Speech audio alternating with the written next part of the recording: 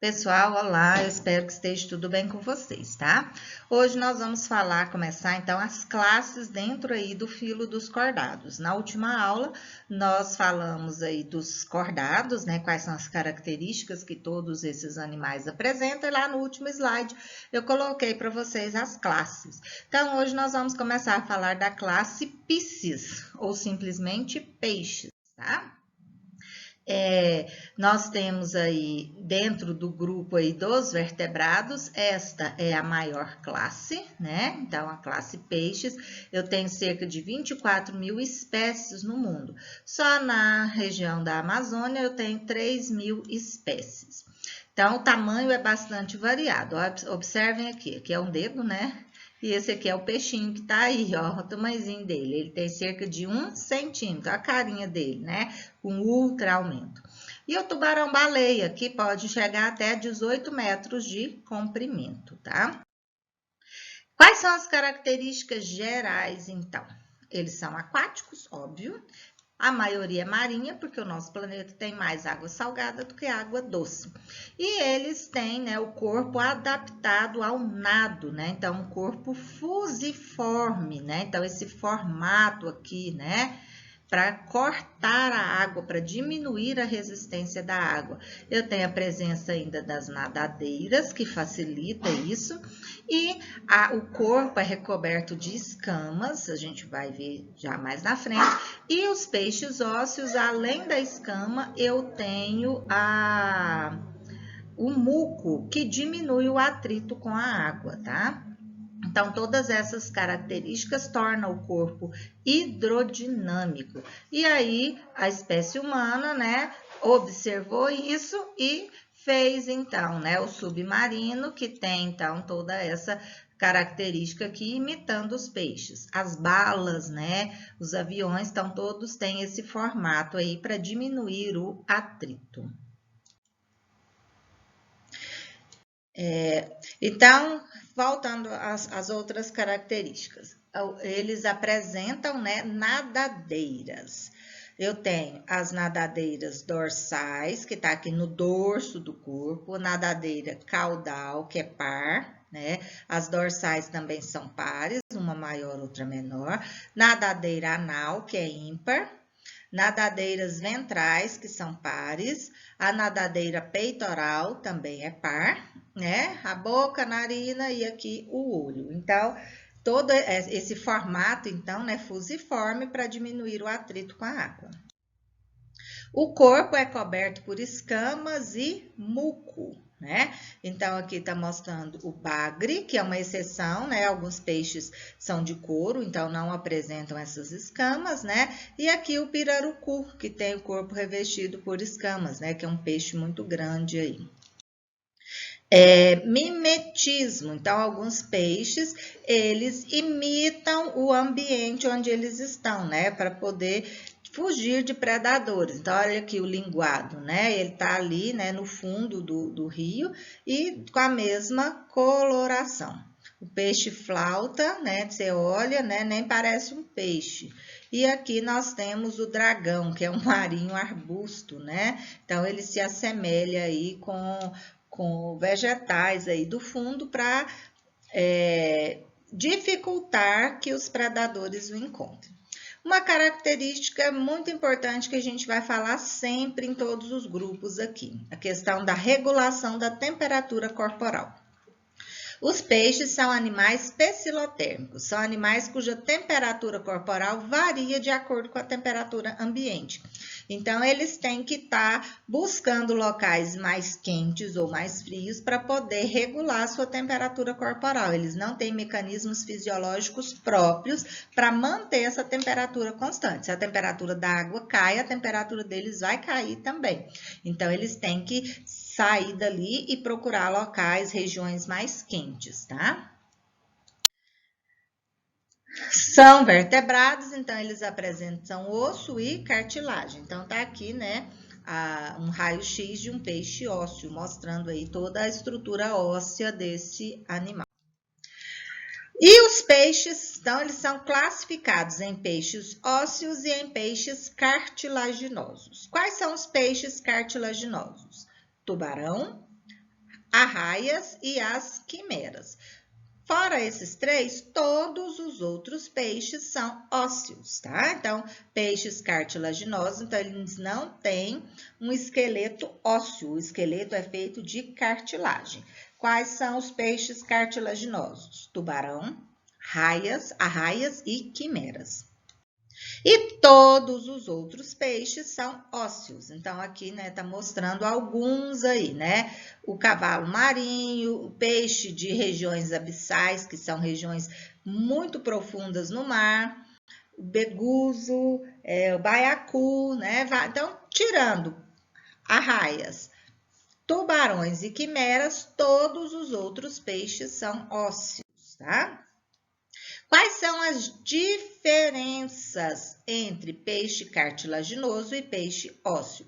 Começando com as escamas. As escamas dos peixes cartilaginosos são denteadas, tá vendo?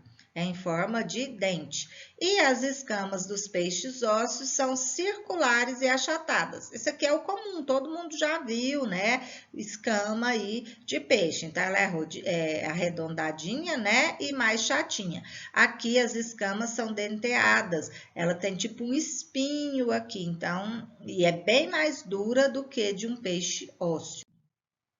Boca ventral. Então, a boca dos peixes cartilaginosos está na posição ventral, está no ventre do corpo. Dos peixes ósseos, a boca está na posição anterior, bem aqui na frente, ó.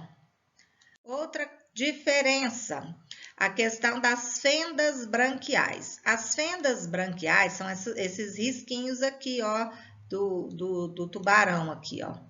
Essas fendas branquiais nos peixes cartilaginosos, elas não apresentam opérculo, sem opérculo. A dos peixes ósseos já tem o opérculo. O opérculo é isso aqui, ó, que está sendo puxado aqui por essa pinça. E as fendas branquiais estão aqui embaixo, ó, do opérculo. Até quando a gente vai comprar peixe na peixaria, o que a gente tem que ver? Ah, o peixe está fresco? Como é que vai saber se o peixe está fresco? Se essas brânquias estão bem vermelhinhas. Então, puxa o opérculo para verificar essa coloração aqui, ó. Se ela tiver vermelhinha, esse peixe está fresco. Se tiver escura, esse peixe já está passado, não serve para consumo. Então, diferença de peixe ósseo para cartilaginoso. Os peixes cartilaginosos têm a fecundação interna. O macho tem um órgão de cópula, né? Tipo um pênis, que é o clasper, que é esse aqui. Já os peixes ósseos, a fecundação é externa. A fêmea deposita os óvulos, o macho vem e deposita o esperma ali por cima, tá? Então, uma fecundação fora do corpo. Diferença. Fisiologia agora, como que é o funcionamento do corpo dos peixes? Nutrição e digestão. O sistema digestório deles é completo, a gente já viu isso. Eles têm boca e ânus ou cloaca. Então, alguns vão ter ânus, outros vão ter cloaca. O que é a cloaca? É uma estrutura comum ao sistema digestório, excretor e reprodutor. É o único buraco que serve para tudo, tá bom? Fácil assim. Nutrição. A maioria é o quê? Carnívora. Então, eles têm, né, os dentes ali para captura do alimento. Ou algumas espécies são herbívoras, menores, né? Menos quantidade. A maioria é carnívora, se alimenta de outros peixes menores, né? Respiração é branquial. Então, são animais que respiram por meio das brânquias. As brânquias, então, são essa estrutura aqui, ó, muito vascularizada, por isso que ela é vermelhinha, que tem a capacidade de retirar o oxigênio que está dissolvido na água. Então, a água entra aqui pela boca do peixe, banha essas brânquias e sai, tá? Então, no caso dos peixes ósseos, o opérculo recobre e protege essas brânquias, diferente aqui dos peixes cartilaginosos, que ela está aqui. Nós temos aqui a piramboia, que é um peixe pulmonado. Ela tem uma grande capacidade de reserva de oxigênio, então ela pode sobreviver um determinado período ali fora da água. A circulação. é fechada e simples. O que é uma circulação fechada? É quando o sangue sempre circula no interior de vasos sanguíneos. E nós temos uma diferença agora de sangue. Sangue venoso é sangue rico em gás carbônico, em CO2. E o sangue arterial é sangue rico em oxigênio. A gente vai estar sempre representando por cores. O sangue venoso em azul, o sangue arterial em vermelho. Então, aqui está o coração dos peixes, é um coração de 2 cavidades, tá? Então, só circula, só passa por ele sangue venoso, por isso que a circulação é simples. Então, o que é o coração? O coração é uma bomba propulsora, ele só serve para bombear o sangue e fazer com que ele circule.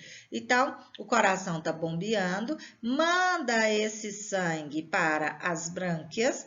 Lá nas brânquias, esse sangue vai ser oxigenado, vai receber oxigênio, o coração está bombeando, impulsiona esse sangue para os tecidos. Nos tecidos, deixa o oxigênio, pega o gás carbônico, e o sangue retorna de novo venoso para o coração. Então, quando eu só tenho um tipo de sangue passando pelo coração, eu falo em circulação simples, tá? Então, eu só passo o sangue uma vez pelo coração. Órgãos sensoriais, linha lateral. Então, os peixes apresentam linha lateral. É uma linha escurecida que nós temos aqui em toda a lateral do corpo. Ela funciona como órgão sensorial. É através da linha lateral que o peixe percebe mudanças de pressão na água, de temperatura, de vibração. Então, pode estar vindo um predador aí, porque começa a ter uma vibração diferente. Então, é um órgão sensorial essa linha lateral. O olfato deles é bem desenvolvido, então eles percebem, né, os cheiros, e os olhos não apresentam pálpebras, tá? Os peixes ósseos apresentam a bexiga natatória, tá? Esse órgão que está mostrando aqui, que já abriu o peixe, ele parece um balão bem esbranquiçado, brilhante, e ele fica cheio de ar. Essa bexiga natatória, ela serve para o peixe subir ou descer aí na coluna de água. Se ele quer subir, ele enche essa bexiga de água, ele vai ficar menos denso, ele sobe. Quando ele quer descer, ele esvazia a bexiga e ele desce. Tá? A bexiga natatória, ela tá apenas nos peixes ósseos, tá? O peixe cartilaginoso não tem, o tubarão não tem. Então, ele nada o tempo todo. Quando ele quer ficar parado, ele fica debaixo de algumas pedras ali para ele poder dar uma descansada. Mas é um animal extremamente ativo, tá? Reprodução. Então, a fecundação dos peixes ósseos é externa. O ovo é um ovo sem casca, ele está ali na água. E o desenvolvimento é indireto. Então, a larva é o alevino, que é o filhotinho de peixe. Então, aqui na figura de baixo está mostrando os ovos e aqui os alevinos. A gente já começa a ver aí um rabinho, né? Que seria a questão aí das primeiras nadadeiras, nadadeira caudal. Já nos peixes cartilaginosos, a fecundação é interna, porque eles têm o órgão de cópula ali, que é o clasper, e o desenvolvimento é direto, então não passa por estágio de larva. E aí nós vamos ter dois conceitos que nós vamos começar a trabalhar com eles agora também, que é a questão de ser ovovivíparo ou vivíparo. Então, algumas espécies de tubarão se desenvolvem dentro do ovo. Só que esse ovo fica retido no corpo da fêmea. Então, eu falo que essa espécie é ovovivípara. E em alguns, né, na maioria, eles são vivíparos. O embrião se desenvolve totalmente dentro do corpo da fêmea, como a nossa espécie, tá? São vivíparos.